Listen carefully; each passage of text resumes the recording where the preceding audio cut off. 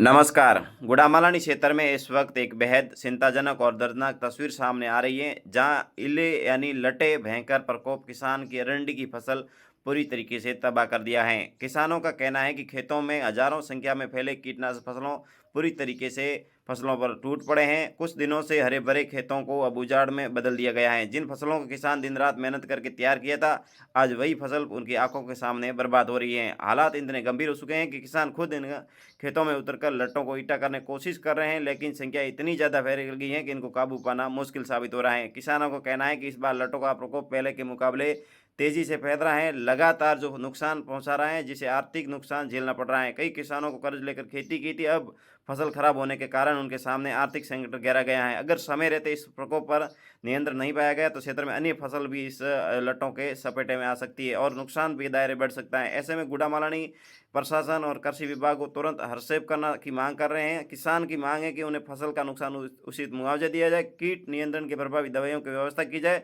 अब सबसे बड़ा सवाल ये है कि या समय रहते प्रशासन इस गंभीर समस्या उठकर कोई ठोस कदम उठाएगा, फिर यूं ही किसानों की मेहनत पर लट्टों का कहर जारी रहेगा और किसान बेबस होकर अपनी फसल को बर्बाद होते देखता रहेगा। अभी जिस तरीके से मानसून बदला है, मानसून के साथ में कई बीमारियां लट्टे फैल रही हैं, कई किसानों की जो आर्थिक रूप से स्थिति है वो कमज़ोर होती जा रही है। इस मौसम ने किसानों के ऊपर कहर बरपा है, साथ में अन्य कई बीमारियों की वजह से आप देख सकते हैं अब एरंडी की फसल है उस पर कह रहे हैं कि कोई नुकसान नहीं है, परंतु जिस तरीके से लट्टों की कहर से पूरी तरीके से एरंडी की फसल को भी नष्ट कर दिया गया। अब किसान सोचे तो अब कौन सी फसल बोए।